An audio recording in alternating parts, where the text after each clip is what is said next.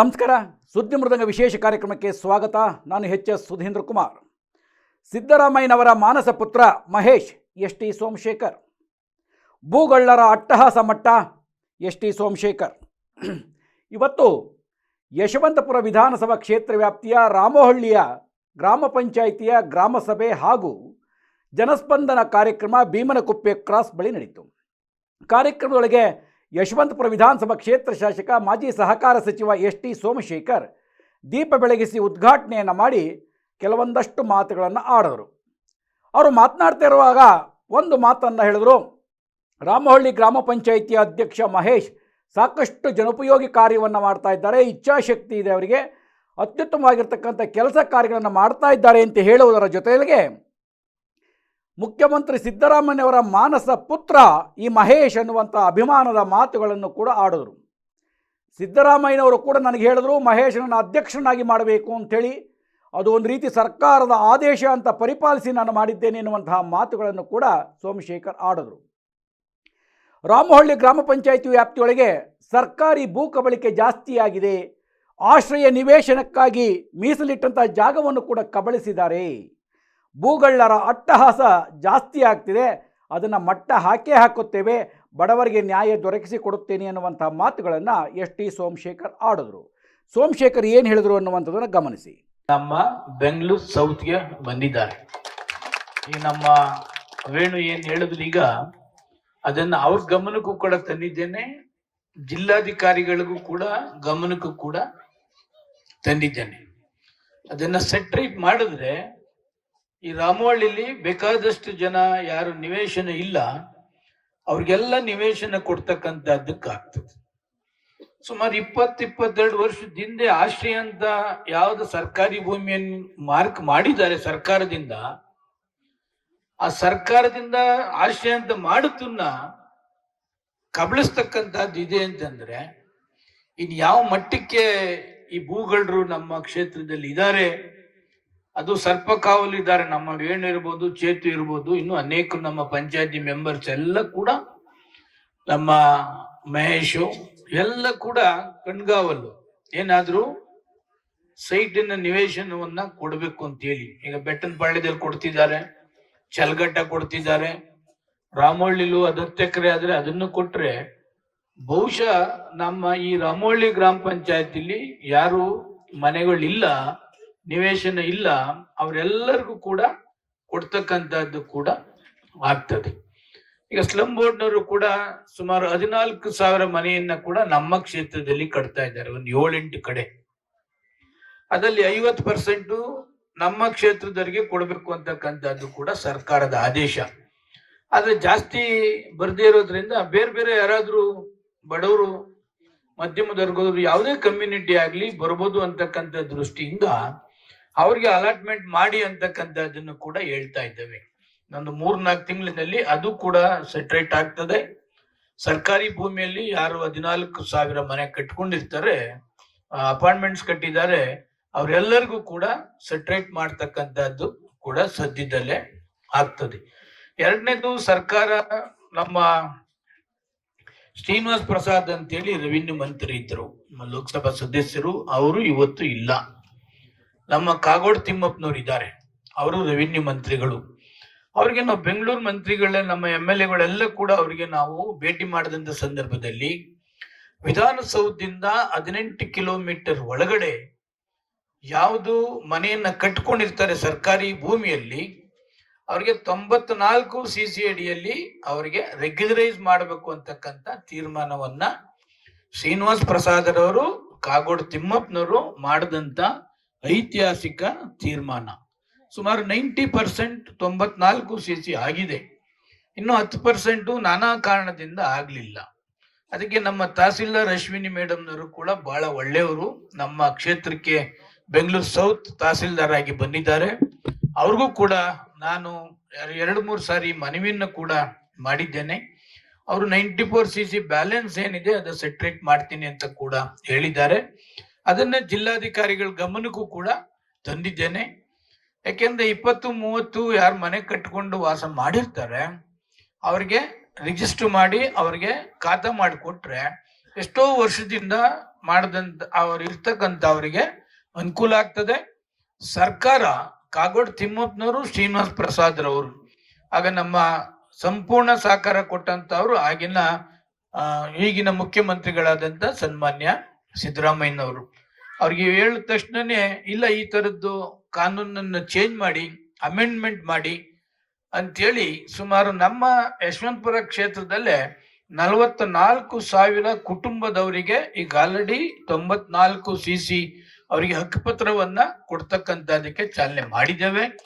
ಇನ್ನು ಹಲವಾರು ಇದೆ, ಅದು ಒಂದೊಂದು ಬೇರೆ ಬೇರೆ ಕಾರಣಗಳಿಂದ ಅದಾಗ್ತಾ ಇಲ್ಲ. ನಾರ್ತ್ ಮತ್ತೆ ಸೌತ್ ಎರಡರಲ್ಲೂ ಕೂಡ ಅದನ್ನ ಜಿಲ್ಲಾಧಿಕಾರಿಗಳ ಗಮನಕ್ಕೆ ತಂದು ಅದನ್ನು ಕೂಡ ಮಾಡಿದ್ರೆ ಯಾರು ಅಲ್ಲಿ ಮನೆ ಕಟ್ಕೊಂಡಿರ್ತಾರೆ ಅವರಿಗೆ ಅದು ರೆಗ್ಯುಲರೈಸ್ ಮಾಡ್ತಕ್ಕಂಥದ್ದು.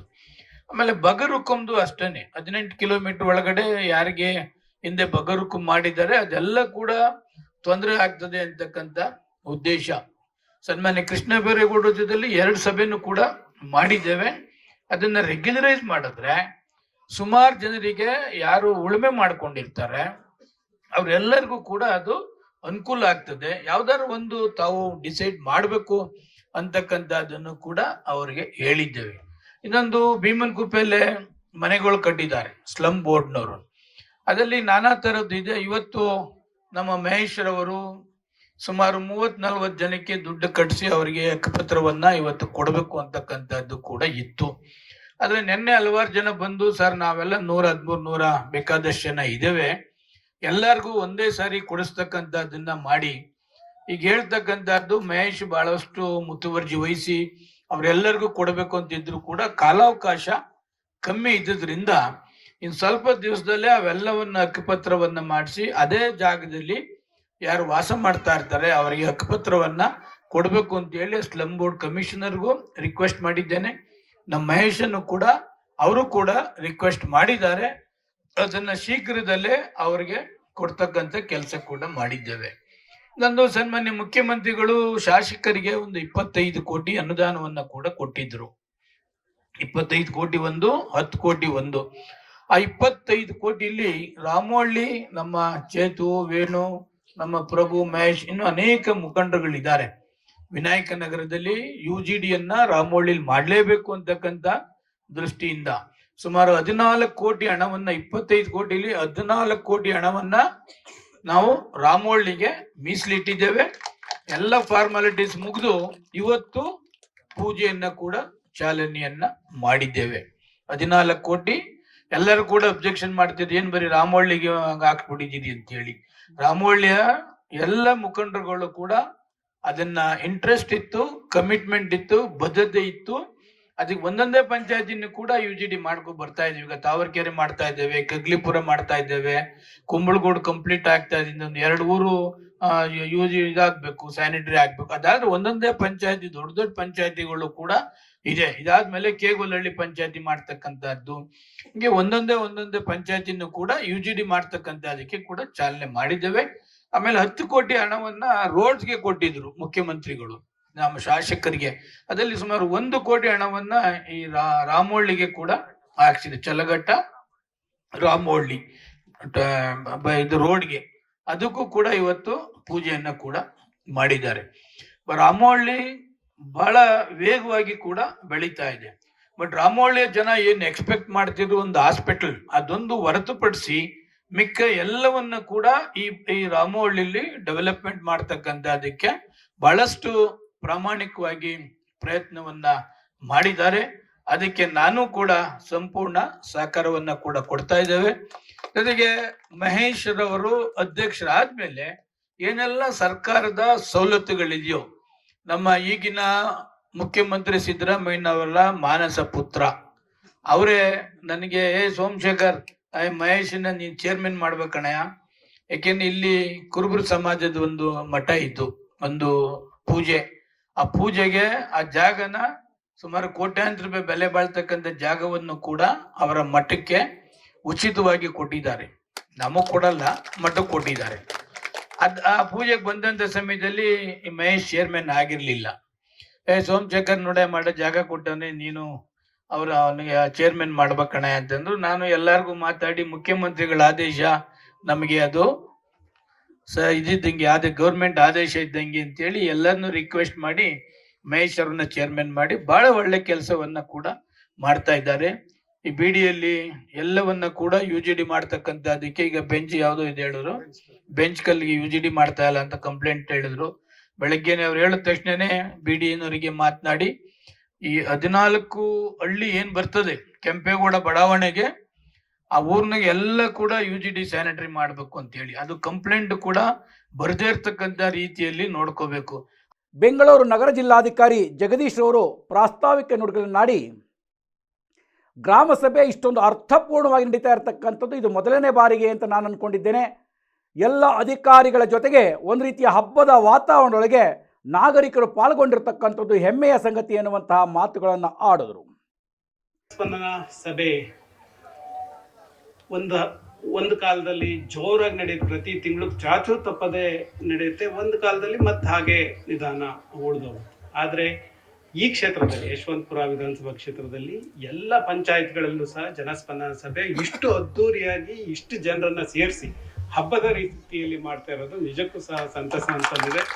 ಅದಕ್ಕಾಗಿ ಮಾನ್ಯ ಶಾಸಕರಿಗೆ ನಾನು ಅಭಿನಂದನೆಗಳನ್ನು ಸಲ್ಲಿಸ್ತೇನೆ. ಬಹಳ ಮುಖ್ಯವಾಗಿ ನಾನು ಇಲ್ಲಿ ಬರ್ತಾ ಇದ್ದಂದ್ರೆ ಇಷ್ಟು ಜನ, ಇಷ್ಟು ವೆಹಿಕಲ್ಗಳು, ಇಷ್ಟು ದೊಡ್ಡ ಶಾಮಿಯಾನ, ಇಷ್ಟು ಜನ ಸೇರಿರೋದು ನಾನು ಇದೇ ಮೊದಲು ಅಂತ ಅನ್ಕೊಂಡಿದ್ದೀನಿ. ಇಷ್ಟು ಜನಸ್ಪಂದನಕ್ಕೆ ಇಷ್ಟು ಜನ ಸೇರಿರೋದು ಹೌದು. ಜನಸ್ಪಂದನ ಯಾಕೆ ಮಾಡಬೇಕು? ಜನಸ್ಪಂದನ ನಾವು ಎಲ್ಲರೂ ಅಷ್ಟೇ ನಮ್ಮ ಕಚೇರಿಯಲ್ಲಿ ಸರ್ಕಾರ ಕೊಟ್ಟಂತ ರಿವಾಲ್ವಿಂಗ್ ಚೇರ್ ಹಾಕಿ ಕೂತಿರ್ತೀವಿ. ರಿವಾಲ್ವಿಂಗ್ ಚೇರ್ ಅಂತ ಗೊತ್ತಲ್ಲ, ತಿರುಗೋದು, ಸುತ್ತಲೂ 360 ಡಿಗ್ರಿ ತಿರುಗುವಂತ ಚೇರ್ ಹಾಕೊಂಡು ಕೂತಿರ್ತೀವಿ. ಆದ್ರೆ ಎದುರಿಗೆ ಬಂದಂತವ್ರ ಬಗ್ಗೆ ಕಾಳಜಿ ಎಷ್ಟು ಜನರಿಗೆ ಇರ್ತದೆ ಅನ್ನೋದು ಬಹಳ ಮುಖ್ಯ. ನಾವು ಕಚೇರಿಗೆ ಹೋದಂತ ಸಂದರ್ಭದಲ್ಲಿ ಸಾರ್ವಜನಿಕರನ್ನ ಹೇಗೆ ಮಾತನಾಡಿಸ್ತೀವಿ, ಹೇಗೆ ಅಟೆಂಡ್ ಮಾಡ್ತೀವಿ, ಅವರ ಕೆಲಸಗಳಿಗೆ ಹೇಗೆ ಸ್ಪಂದಿಸ್ತೀವಿ, ಅದು ಬಹಳ ಮುಖ್ಯವಾಗ್ತದೆ. ಆದ್ರೆ ಬಹಳಷ್ಟು ಜನ ಅಧಿಕಾರಿಗಳಿಗೆ ಅದು ಜನರು ಬಂದಂತ ಸಂದರ್ಭದಲ್ಲಿ ಸರಿಯಾದ ರೀತಿಯಲ್ಲಿ ಸ್ಪಂದಿಸುವಂತ ವ್ಯವಧಾನ ಕಡಿಮೆ. ನಾವೆಲ್ಲರೂ ಅಷ್ಟೇನೆ ಚೇರ್ಗಳನ್ನ ಕೊಟ್ಟಿರೋದು ಸರ್ಕಾರ, ಸಂಬಳ ಕೊಟ್ಟಿರೋದು ಸರ್ಕಾರ, ನಾವು ಕೂತಿರೋ ಚೇರು, ಟೇಬಲ್ಲು, ಆಫೀಸು, AC ಎಲ್ಲದೂ ಸರ್ಕಾರ ಕೊಟ್ಟಿರುವಂಥದ್ದು. ಸರ್ಕಾರ ಅಂದ್ರೆ ಯಾರು? ನೀವು ಕೊಟ್ಟಿರುವಂತ ಟ್ಯಾಕ್ಸ್ ಮನಿಯಲ್ಲಿ ಎಲ್ಲವನ್ನ ನಾವು ಬಳಸ್ಕೊಂಡು ನೀವು ಬಂದಂತ ಸಂದರ್ಭದಲ್ಲಿ ಸರಿಯಾಗಿ ಮಾತಾಡಿಸ್ತಾ ಇರೋದು ಇದು ಆಡಳಿತ ಅಲ್ಲ. ನೀವು ಬಂದಂತ ಸಂದರ್ಭದಲ್ಲಿ ಸರಿಯಾಗಿ ಅಟೆಂಡ್ ಮಾಡ್ಬೇಕು. ಆದ್ರೆ ನಾನು ನೋಡ್ತೀನಿ ಸಾರ್ವಜನಿಕರು ನಮ್ಮ ಕಚೇರಿಗಳಿಗೆ ಬರೋದಕ್ಕೆ ಅಂಜಿಕೆ, ಬ್ರೋಕರ್ಗಳು ಮಾತ್ರ ನೇರವಾಗಿ ಬರುವಂತ ಸಿಸ್ಟಮ್ ಬೆಳ್ಕೊಂಡು ಈ ಮಧ್ಯವರ್ತಿಗಳ ಹಾವಳಿಯನ್ನ ತಪ್ಪಿಸ್ಬೇಕು ಅಂತಂದ್ರೆ ಈ ರೀತಿ ಜನಸ್ಪಂದನಗಳಾಗ್ಬೇಕು. ಅಂದ್ರೆ ಸರ್ಕಾರವೇ ನಿಮ್ಮನೆ ಬಾಗ್ಲಿಗೆ ಬರ್ಬೇಕು. ಇವತ್ತು ನೋಡಿ, ಮಾನ್ಯ ಶಾಸಕರು ಬಂದಿದ್ದಾರೆ, ಜಿಲ್ಲಾಧಿಕಾರಿ ಬಂದಿದ್ದಾರೆ, AC, ತಹಸೀಲ್ದಾರ್, ಇಡೀ ಅಧಿಕಾರಿಗಳ ತಂಡ ನಿಮ್ಮ ಮನೆ ಬಾಗ್ಲಿಗೆ ಬಂದಿದೆ, ನಿಮ್ಮ ಊರಿಗೆ ಬಂದಿದೆ. ಈ ಸಂದರ್ಭದಲ್ಲಿ ನಿಮ್ಮ ಅಹವಾಲುಗಳನ್ನು ಹೇಳಿದ್ರೆ ಅವುಗಳನ್ನ ಪರಿಹಾರ ಮಾಡಬೇಕು. ಈಗಷ್ಟೇ ಮಾನ್ಯ ಜಿಲ್ಲಾಧಿಕಾರಿಗಳು ಜನಸ್ಪಂದನ ಕಾರ್ಯಕ್ರಮದ ಉದ್ದೇಶ ಏನು, ಯಾಕೆ ಜನಸ್ಪಂದನ ಕಾರ್ಯಕ್ರಮಗಳನ್ನ ಆಚರಣೆ ಮಾಡ್ಬೇಕು ಅನ್ನೋದ್ರ ಬಗ್ಗೆ ತಿಳಿಸ್ಕೊಟ್ರು. ಅದರ ಮುಂದಿನ ಭಾಗವಾಗಿ ನಾನು ಎಲ್ಲ ಸಾರ್ವಜನಿಕರಲ್ಲಿ ಮನವಿ ಮಾಡೋದಿಷ್ಟೇ, ನಮ್ಗೆಲ್ಲ ಗೊತ್ತಿರೋ ಹಾಗೆ ಇಷ್ಟು ಜನರು ಸಾರ್ವಜನಿಕರು ವೇದಿಕೆಯಲ್ಲಿರ್ತಕ್ಕಂಥ ಇಷ್ಟು ಅಧಿಕಾರಿಗಳನ್ನ ಒಂದು ವೇದಿಕೆಯಲ್ಲಿ ಅಥವಾ ಒಂದು ಸಂದರ್ಭದಲ್ಲಿ ಸಿಗ್ಲಿಕ್ಕೆ ಸಾಧ್ಯ ಇರೋದಿಲ್ಲ. ಅದಕ್ಕೆ ಸಿಕ್ಕಿರ್ತಕ್ಕಂಥ ಒಂದು ಸುವರ್ಣಾವಕಾಶ ಜನಸ್ಪಂದನ ಕಾರ್ಯಕ್ರಮ. ಮಾನ್ಯ ಶಾಸಕರ ಒಂದು ದೂರದೃಷ್ಟಿ ಮತ್ತು ಮಾನ್ಯ ಶಾಸಕರು ಹೊಂದಿರ್ತಕ್ಕಂಥ ಜನಪರ ಕಾಳಜಿಯನ್ನ ಇದು ಪ್ರದರ್ಶನ ಮಾಡ್ತದೆ. ಸಾಮಾನ್ಯವಾಗಿ ಜನಸ್ಪಂದನ ಕಾರ್ಯಕ್ರಮದಲ್ಲಿ ಜನರು ತಮ್ಮ ಹಲವಾರು ಸಮಸ್ಯೆಗಳನ್ನ ಹೇಳ್ಕೊಳ್ಳಿಕ್ಕೆ ಈಗಾಗಲೇ ನಮ್ಮ ಕಚೇರಿಗಳಿಗೆ ಬಂದಿರ್ತಾರೆ. ನಾನು ಬೆಂಗಳೂರಿಗೆ AC ಆಗಿ ಬಂದು 3 ತಿಂಗಳಾಗಿದೆ. 3 ತಿಂಗಳಲ್ಲಿ ಹಲವಾರು ಬಾರಿ ಮಾನ್ಯ ಶಾಸಕರು ನನಗೆ ಕರೆ ಮಾಡಿ, AC ಅವರೇ, ನಿಮ್ಮ ಕಚೇರಿನಲ್ಲೂ ಕೂಡ ಹಲವಾರು ಅರ್ಜಿಗಳು ಬಾಕಿ ಇದೆ, ತಹಶೀಲ್ದಾರ್ ಕಚೇರಿಯಲ್ಲಿ ಬಾಕಿ ಇದೆ, ADLR ಕಚೇರಿಯಲ್ಲಿ ಬಾಕಿ ಇದೆ, ನಮ್ಮ ವೃತ್ತಿಗಳನ್ನ ಕಳಿಸ್ಕೊಡ್ತೀನಿ, ಇದನ್ನ ಮಾಡಿಕೊಡಿ ಅಂತೇಳಿ ಅವ್ರ ಹತ್ರ ಜನ ಹೋಗ್ತಾ ಇರ್ತಾರೆ. ಆಗ ನಾನು ಇಲ್ಲಿರ್ತಕ್ಕಂಥ ಎಲ್ಲ ಅಧಿಕಾರಿಗಳಿಗೆ ಕೇಳ್ಕೊಳ್ಳೋದಿಷ್ಟೇ, ಮುಂದಿನ ಜನಸ್ಪಂದನ ಕಾರ್ಯಕ್ರಮಕ್ಕೆ ಬರುವಷ್ಟರಲ್ಲಿ ನಾವು ಯಾವ್ಯಾವ ಪಂಚಾಯಿತಿಯಲ್ಲಿ ಜನಸ್ಪಂದನ ಕಾರ್ಯಕ್ರಮನ ಹಮ್ಮಿಕೊಂಡಿದ್ದೀವಿ ಆ ಪಂಚಾಯಿತಿ ವ್ಯಾಪ್ತಿಯಲ್ಲಿ ಬರ್ತಕ್ಕಂಥ ಎಲ್ಲ ಗ್ರಾಮಗಳಲ್ಲಿ ಇರ್ತಕ್ಕಂಥ ಅರ್ಜಿಗಳನ್ನ ನಾವು ವಿಲೆ ಮಾಡ್ಬೇಕು ನಮ್ಮ ಕಚೇರಿಯಲ್ಲಿ. ಕಡೆ ಪಕ್ಷ ಅದನ್ನಾದ್ರೂ ಮಾಡಿದ್ರೆ ನಾವು ಈ ಒಂದು ಜನಸ್ಪಂದನ ಕಾರ್ಯಕ್ರಮಕ್ಕೆ ಅಧಿಕಾರಿಗಳಾಗಿ ನಾವು ಕೊಡ್ತಕ್ಕಂಥ ಗೌರವ ಅಂತ ನನ್ನೊಂದು ಭಾವನೆ. ಸಹಾಯಕ ವಿಭಾಗಾಧಿಕಾರಿ ವಿಶ್ವನಾಥ್ ರವರು ಪಾಲ್ಗೊಂಡಿದ್ದರು. ನಂತರದೊಳಗೆ ರಾಮೋಹಳ್ಳಿ ಗ್ರಾಮ ಪಂಚಾಯಿತಿಯ ಅಧ್ಯಕ್ಷ ಮಹೇಶ್ ರವರು ಮಾತನಾಡಿ, ಸೋಮಶೇಖರ್ ಅವರ ಸಹಕಾರದಿಂದ ಸಾಕಷ್ಟು ಅಭಿವೃದ್ಧಿ ಕಾರ್ಯಗಳು ಆಗ್ತಾ ಇದೆ, ಇನ್ನಷ್ಟು ಅಭಿವೃದ್ಧಿ ಕಾರ್ಯಗಳಾಗತ್ತೆ ಎನ್ನುವಂಥ ಕೃತಜ್ಞತೆಗಳನ್ನು ಸಲ್ಲಿಸಿದರು. ಮಕ್ಕಳ ರಕ್ಷಣೆ ನಮ್ಮ ಗುರಿಯಾಗಿರುತ್ತದೆ. ಈ ವೇದಿಕೆಯಲ್ಲಿ ನಾವು ಮತ್ತೊಂದು ವಿಷಯವನ್ನು ತಿಳಿಸಲು ಇಚ್ಛಿಸುತ್ತೇನೆ. ನಮ್ಮ ಶಾಸಕರು ಮಾಡದೇ ಇರುವಂಥ ಒಂದು ಹೆಜ್ಜೆ ಇನ್ನು ಮುಂದೆ ಇಟ್ಟು ನಮ್ಮ ಅಣ್ಣ ಮದ್ಯದಂಗಡಿಯ ಲೈಸೆನ್ಸ್ಗಳನ್ನು ಕೊಡಬಾರದು ಎಂದು ಸರ್ಕಾರಕ್ಕೆ ಪತ್ರ ಬರೆದಿರುವುದು ನಮ್ಮ ಮತಕ್ಷೇತ್ರದ ಜನರ ಮೇಲೆ ಅವರು ಇಟ್ಟಿರುವ ಕಾಳಜಿ ತೋರುತ್ತದೆ. ಮತ್ತು ಶಾಸಕರು ಇಂಥ ಹೆಜ್ಜೆಯನ್ನು ಇಟ್ಟಿರುವವರು ಇವರೇ ಮೊದಲು. ನಮ್ಮ ಹೆಮ್ಮೆಯ ಸಂಗತಿ. ಇವರ ಆದರ್ಶದಂತೆ ನಮ್ಮ ವ್ಯಾಪ್ತಿಯಲ್ಲಿ ಇಂತಹ ಒಂದು ನಿರ್ಣಯವನ್ನು ನಮ್ಮೆಲ್ಲರ ಸದಸ್ಯರ ಸಮ್ಮತದೊಂದಿಗೆ ಜಾರಿಗೆ ತರಲು ಬದ್ಧನಾಗಿರುತ್ತೇನೆ. ನಮ್ಮ ಪಂಚಾಯಿತಿಗಳಿಗೆ ಸಂವಿಧಾನವು ನೀಡುವಂತಹ ಅಧಿಕಾರಗಳನ್ನು ಸದುಪಯೋಗ ಪಡಿಸಿಕೊಂಡು ಕಾನೂನಿನ ಚೌಕಟ್ಟಿನೊಳಗೆ ಅಭಿವೃದ್ಧಿ ಕಾರ್ಯಗಳನ್ನು ಅನುಷ್ಠಾನಗೊಳಿಸಲು ನಾನು ನಮ್ಮ ಎಲ್ಲ ಸದಸ್ಯರುಗಳು ಸದಾ ಸಿದ್ಧನಿರುತ್ತೇವೆ ಎಂದು ಈ ವೇದಿಕೆಯಲ್ಲಿ ಘೋಷಿಸುತ್ತಿದ್ದೇನೆ. ಅದರಂತೆಯೇ ಈ ದಿನ ನಮ್ಮ ಪಂಚಾಯಿತಿಯ ನೂತನ ಕಟ್ಟಡದ ಗುದ್ದಲಿ ಪೂಜೆ, ಅಂಗನವಾಡಿ, ಗ್ರಂಥಾಲಯ, ಉಪಕೇಂದ್ರ ಉದ್ಘಾಟನೆ, ರಸ್ತೆ ದುರಸ್ತಿ, ಕೆರೆ ಪುನಶ್ಚೇತನ ಕಾಮಗಾರಿಗಳನ್ನು ಪ್ರಾರಂಭಿಸಲಾಗಿರುತ್ತದೆ. ನಮ್ಮ ಶಾಸಕರ ಅವಿರತ ಪ್ರಯತ್ನದಿಂದ ರಾಮೋಹಳ್ಳಿ ಗ್ರಾಮಕ್ಕೆ ಸುಮಾರು 15 ಕೋಟಿ ರು ಅನುದಾನವನ್ನು ಯುಜಿಡಿ ಕಾಮಗಾರಿ ಪ್ರಾರಂಭಿಸುವುದು ನಮ್ಮೆಲ್ಲರ ಅದೃಷ್ಟವೇ ಆಗಿದೆ. ಇಂತಹ ಒಂದು ವೇದಿಕೆಯಲ್ಲಿ ಅಧ್ಯಕ್ಷೀಯ ಭಾಷಣ ಮಾಡಲು ಅವಕಾಶ ದೊರೆತಿದ್ದು ನನ್ನ ಸೌಭಾಗ್ಯ. DC ಸರ್ ಬಂದಿದ ತಕ್ಷಣ ಇಲ್ಲೇನ್ರಿ ಹಬ್ಬ ಮಾಡ್ತಾ ಇದ್ದೀರಾ ನೀವು, ಜನಸ್ಪಂದನ ಕಾರ್ಯಕ್ರಮನ ಇದು ಅಥವಾ ಹಬ್ಬನ ಅಂತ ಕೇಳಿದ್ರು. ಅದು ನಮಗೆ ತುಂಬಾ ಖುಷಿ ತಂದ್ಕೊಡ್ತು. ಇದೆಲ್ಲದಕ್ಕೂ ಕಾರಣ ನಮ್ಮ ಜನಪ್ರಿಯ ಶಾಸಕರಾದಂತಹ MLA ಸರ್ ಅವ್ರಿಗೆ. ಅಂದ್ರೆ ಅವರ ಅಭಿಮಾನದಿಂದ ಇಷ್ಟು ಜನ ಸೇರಿರೋದು. ಅವ್ರು ಬರ್ತಾ ಇದಾರೆ ಅಂತಂದ್ರೆ ಒಂದು ಹಬ್ಬನೇ ನಡೆಯುತ್ತೆ ಅಂತಾನೆ ನಾವು ಎಕ್ಸ್ಪೆಕ್ಟ್ ಮಾಡ್ಬೋದು. ನನ್ನ ತಾಲೂಕಲ್ಲಿ ಇದೇ ಫಸ್ಟ್ ಟೈಮು ಒಂದು ಜನಸ್ಪಂದನ ಕಾರ್ಯಕ್ರಮ ಮಾಡ್ತಿರೋದು. ಅದು ಇಷ್ಟು ಅದ್ದೂರಿಯಾಗಿ ನಡೀತಾ ಇದೆ ಅಂದ್ರೆ ನನಗೂ ತುಂಬಾ ಸಂತೋಷವಾದ ವಿಚಾರ. ಹಾಗೂ ಈ ಕಾರ್ಯಕ್ರಮ ನಡೆಸ್ಕೊಡ್ತೀವಿ ಅಂತ ಅಂದಾಗ ನಮ್ಮ MLA ಸರ್ ತುಂಬಾ ಸಂತೋಷದಿಂದ ನಮಗೆ ಸಹಕಾರ ಕೊಟ್ಟಿದ್ದಾರೆ. ಹಾಗೂ ಅದೇ ರೀತಿ ನಮ್ಮ ಎಲ್ಲ ಅಧಿಕಾರಿ ಮಿತ್ರರು ಕೂಡ ಇವತ್ತೆಲ್ಲ ಬಂದು ಸ್ಟಾಲ್ಗಳನ್ನೆಲ್ಲ ಹಾಕೊಂಡಿದ್ದಾರೆ ಹಾಗೂ ಎಲ್ಲ ರೆಡಿಯಾಗಿದ್ದಾರೆ ನಿಮ್ಮ ಎಲ್ಲ ಅಹವಾಲುಗಳನ್ನ ಕೇಳೋದಿಕ್ಕೆ. ದಯಮಾಡಿ ಎಲ್ಲರೂ ಹೃದಯದಿಂದ ಎಲ್ಲ ನಿಮ್ಮ ಅಹವಾಲುಗಳನ್ನ ಕೊಟ್ಟು ಅದನ್ನ ಬಗೆಹರಿಸೋದಿಕ್ಕೆ ಅವಕಾಶವನ್ನು ಕೊಟ್ಟು ನಾವು ಈ ಜನಸ್ಪಂದನ ಕಾರ್ಯಕ್ರಮನ ಯಶಸ್ವಿಗೊಳಿಸ್ಕೊಡ್ತೀವಿ ಅಂತ ಅಂದ್ಬಿಟ್ಟು ನಿಮ್ಗೆಲ್ಲರಿಗೂ ಕೇಳ್ಕೊಳ್ತೇನೆ.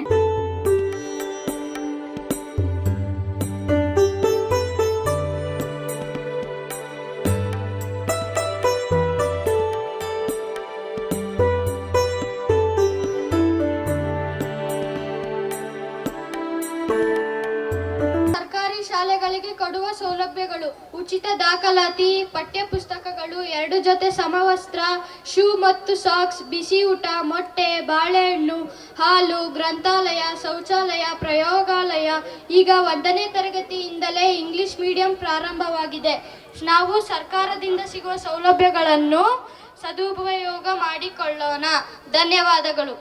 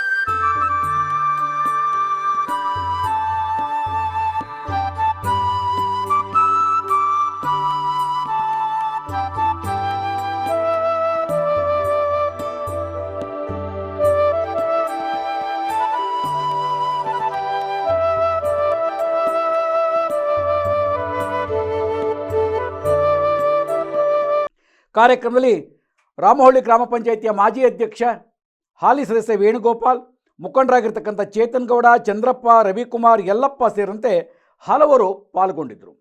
ಕಾರ್ಯಕ್ರಮಗಳಿಗೆ 2026ರ ಡೈರಿ ಬಿಡುಗಡೆಯಾಯಿತು. ಅದೇ ರೀತಿ ಹಲವು ಫಲಾನುಭವಿಗಳಿಗೆ ವಿವಿಧ ಪರಿಕರಗಳ ವಿತರಣೆ ಕಾರ್ಯಕ್ರಮ ನೆರವೇರಿತು. ಅತ್ಯುತ್ತಮವಾಗಿರ್ತಕ್ಕಂಥ ಒಂದು ರೀತಿಯ ಮಾರ್ಗದರ್ಶಕವಾಗಿರ್ತಕ್ಕಂತಹ ಕಾರ್ಯಕ್ರಮ ಮಹೇಶ್ ಅವರ ಅಧ್ಯಕ್ಷತೆಯಲ್ಲಿ ನಡೀತು ಅಂತಕ್ಕಂಥದ್ದು ಅದರ ಪೂರ್ಣ ವರದಿ ನಿಮ್ಮ ಗಮನಕ್ಕೆ ತಂದಿದ್ದೇನೆ. ಮತ್ತೆ ವಿಶೇಷ ವರದಿ, ವಿಶೇಷ ಮಾಹಿತಿಯನ್ನು ಹೊತ್ತು ಬರ್ತಾರೆ. ನಮಸ್ಕಾರ.